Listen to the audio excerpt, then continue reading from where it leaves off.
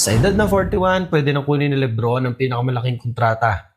O kaya naman mag-retire bilang isa sa greatest players of all time. Pero imbes na pera o comfort, Philadelphia ang pinili niya. Bakit kaya?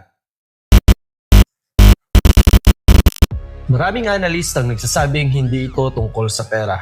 Ang tingin nila, ito ang pinaka-calculated move ni LeBron sa yugtong ito ng karir niya.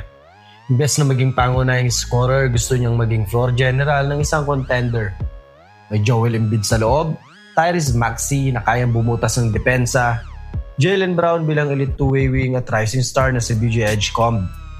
Kailangan nila isang veteran na kayang kontrolin ng laro sa biggest moments.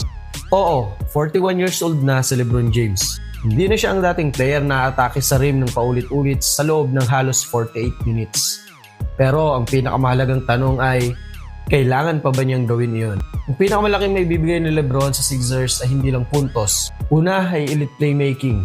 Isa pa rin siya sa pinakamahusay na decision maker sa buong NBA. Kaya niyang gawing mas madaling trabaho nila Joel Embiid, Tyrese Maxey, Jaylen Brown at BJ Edgecombe sa pamamagitan ng tamang pasa at tamang pagbabasa ng depensa. Pangalawa ay ang basketball IQ.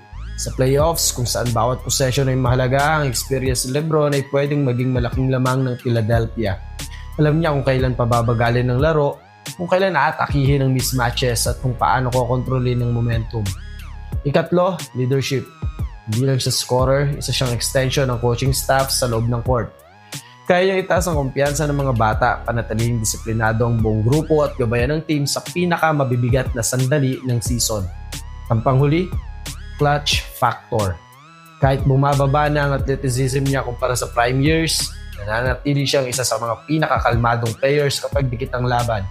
Sa isang roster na puno ng talento, maaaring hindi na kailangan maging 30-point scorer si LeBron.